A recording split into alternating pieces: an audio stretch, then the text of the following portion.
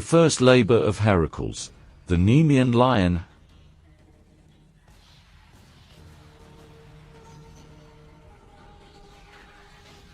Heracles, also known as Hercules, was the son of Zeus, the king of the gods, and Alcmene, a mortal woman. He was a great hero in ancient Greek mythology, but he also had to suffer many hardships and challenges because of the jealousy and hatred of Hera, the wife of Zeus. Hera tried to kill him many times, and even drove him mad once, making him kill his own wife and children to atone for his sins and achieve immortality.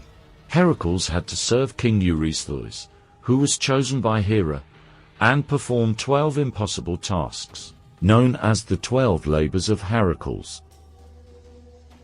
The first labor that Eurystheus assigned to Heracles was to kill the Nemean lion, a fearsome beast that lived in the hills of Nemea and terrorized the people of the region. The lion was said to be the offspring of the monster Typhon and the snake Echidna, and its skin was so tough that no weapon could pierce it.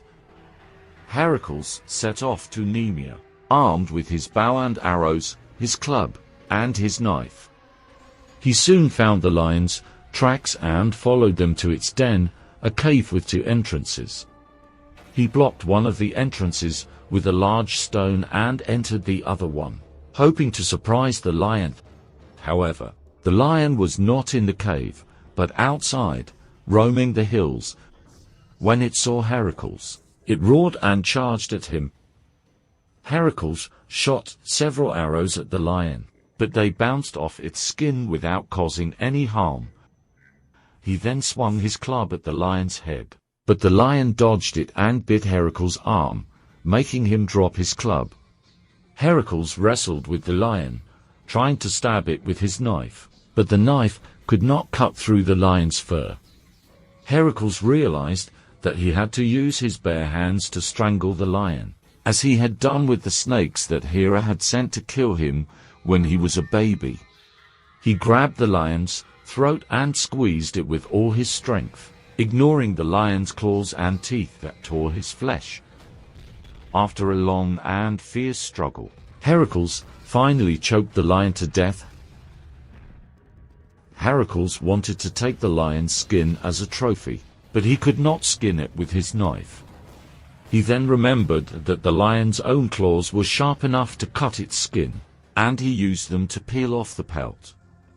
He wrapped himself with the lion's skin, which became his signature garment and a symbol of his strength and courage.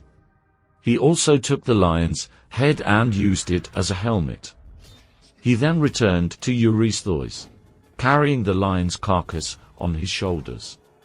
Eurystheus was terrified when he saw Heracles and the lion, and he hid himself in a large bronze jar.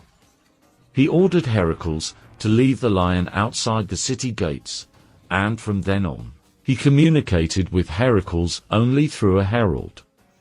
He also realized that Heracles was not an ordinary man, but a demigod, and that he would need to assign him more difficult and dangerous labors to get rid of him.